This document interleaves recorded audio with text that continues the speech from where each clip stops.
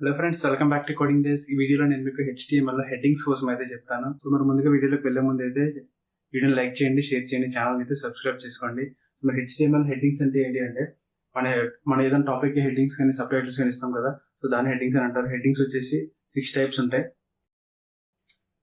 Heading tag మనం ఇలా ఇస్తాం కదా, H1 అని, ఇలాగ H1 నుంచి H6 వరకు అయితే ఉంటాయి.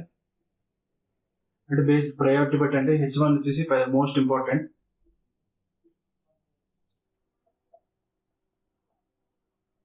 H6 వచ్చేసి లీస్ట్ ఇంపార్టెంట్ వస్తుంది. H1 టు H6 వరకు అయితే హెడ్డింగ్స్ ఉంటాయి. అంటే H1 వచ్చేసి పెద్ద హెడ్డింగ్ ఉంటుంది, H6 వచ్చేసి సబ్ హెడ్డింగ్, మైనర్ హెడ్డింగ్స్ అలా ఉంటాయి కదా, ఆ హెడ్డింగ్స్ వస్తాయి. H1 వచ్చేసి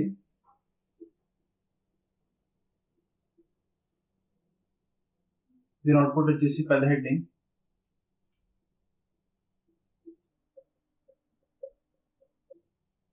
ఈ హెడ్డింగ్ కన్నా ఈ హెడ్డింగ్ అనేది కొంచెం చిన్నగా ఉంటుంది. సో అలాగా H6 వచ్చేసరికి లాస్ట్ హెడ్డింగ్ ఇది అన్నిటికన్నా చిన్న హెడ్డింగ్ ఇది ఉంటుంది. అంటే హెడ్డింగ్స్ అనేవి మనం కంటెంట్ అయితే బోల్డ్ చేయడానికి, హైలైట్ చేయడానికి అయితే యూజ్ చేయకూడదు. ఎందుకంటే హెడ్డింగ్స్ బేస్ చేసుకునే సెర్చ్ ఇంజిన్స్ అనేవి మన కంటెంట్ ని ఇండెక్స్ చేస్తాయి. సో హెడ్డింగ్స్ అనేవి బోల్డ్ చేయడానికి అలా యూజ్ చేయకండి. నెక్స్ట్ వచ్చేసి హెడ్డింగ్స్ అనేవి ఈ సైజెస్ కాకుండా ఇంకా పెద్ద హెడ్డింగ్స్ అయితే పెట్టుకోవచ్చు. దానికి మనం CSS అట్రిబ్యూట్ అయితే యూజ్ చేయాలి, స్టైల్ అట్రిబ్యూట్. అండ్ ప్రాపర్టీ వచ్చేసి font size property.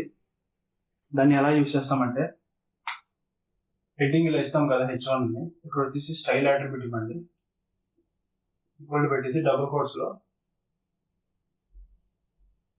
Font size colon ఇచ్చేసి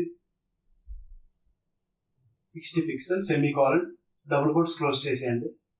కొత్త హెడ్డింగ్ ఇలా ఆపేసి నెక్స్ట్ మీరు ఇవ్వాలనుకున్న హెడ్డింగ్ ట్యాగ్ అయితే క్లోజ్ చేసేయండి. సో మీరు ఈ సైజ్ చేశారు కదా, ఈ సైజ్ బట్టి హెడ్డింగ్ అనేది ప్రింట్ అవుతుంది. So headings friends, basic headings అనేవి 6 టైప్స్ ఉంటాయి.